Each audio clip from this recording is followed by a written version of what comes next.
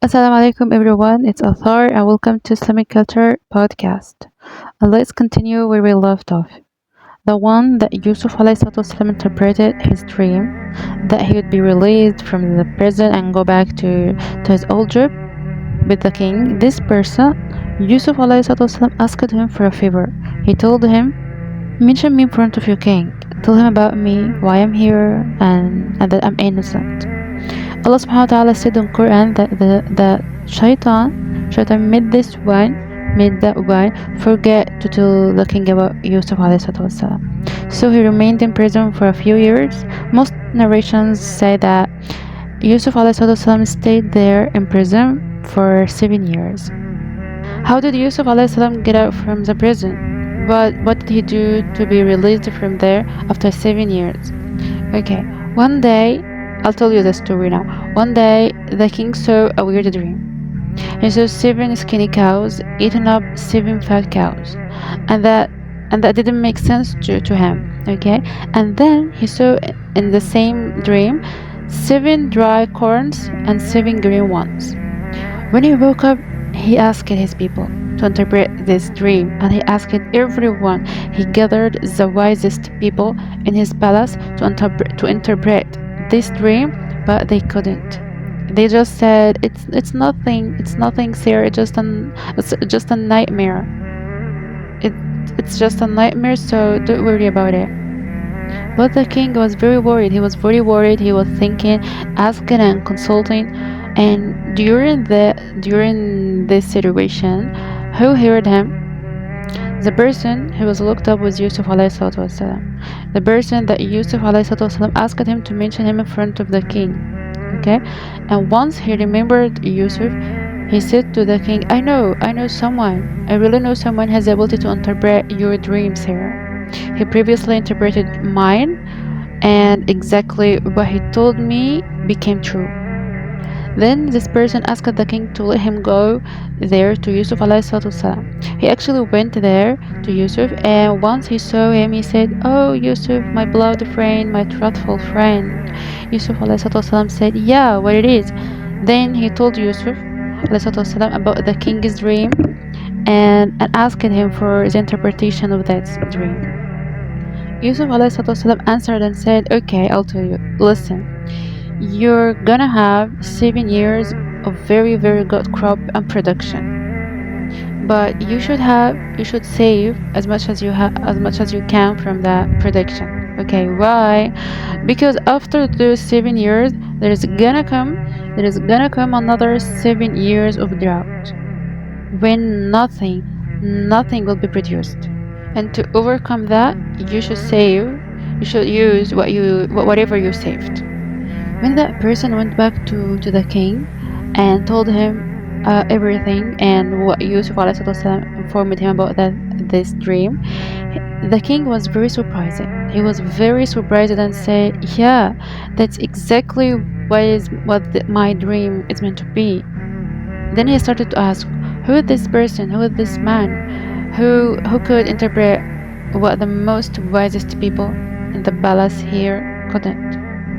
Then this person told him everything about Yusuf ﷺ. He told him his story.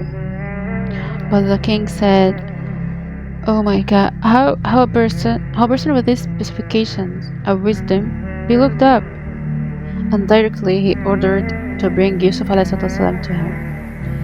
But when the messenger went there to the prison to Yusuf ﷺ, Yusuf refused to be released. Why?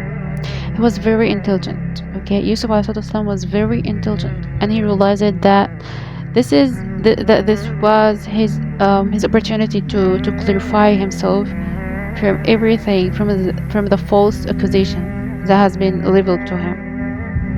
He didn't just want to get out of the prison. He wanted to prove his innocence. He wanted to prove to everyone that he didn't commit that sin. And how could he do that? Okay, listen, guys. He told the messenger, he told him, go and tell your king what happened. What happened to those ladies who cut their hands and all those witnesses who were testifying against me? Were they false or were they true? find all that out, and then come to me, and I'll go with you." When the king heard that, he gathered all those women and asked them, "What happened between you and Yusuf? Tell me. I heard a lot. I heard a lot that he tried to do the immorality with you. Is that true?" The wife of the treasurer confessed and said, "Okay, now I'll tell you the truth in front of everyone. Okay, in front of everyone, that was me. Okay, the guilty one was me. I tried. Yeah, I tried to lure him, and he's innocent, and he's truthful." After that, the king sent this messenger again to Yusuf والسلام. And when Yusuf والسلام was informed about what happened and that they admitted, all those women admitted that he was truthful, he went back with this messenger to the king. He accepted to go to the king. The king was so happy that he said to Yusuf والسلام, "From today you'll be with me. You are my closest person. Tell me what do you want. What do you want? Tell me which job you wanna have." Yusuf والسلام said, "Assign me for your treasury." And Yusuf والسلام didn't become only the treasurer. He ruled everything.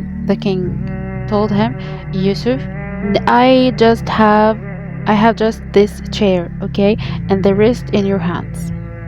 Only thing I have is my chair and the rest in your hands." So Yusuf والسلام was controlling everything. Yeah. Okay. Now the interpretation of the king's dream started to happen. 7 years of good crops and production. And Yusuf والسلام, for those 7 years, he bought a strategy that he kept enough stock for the next hard 7 years. How could Yusuf والسلام save Egypt from the starvation that was about to happen? How could Yusuf والسلام deal with that? Okay, I'll tell you. At first, number one, he saved a lot from the first 7 years when there was a flourish in the production. Okay?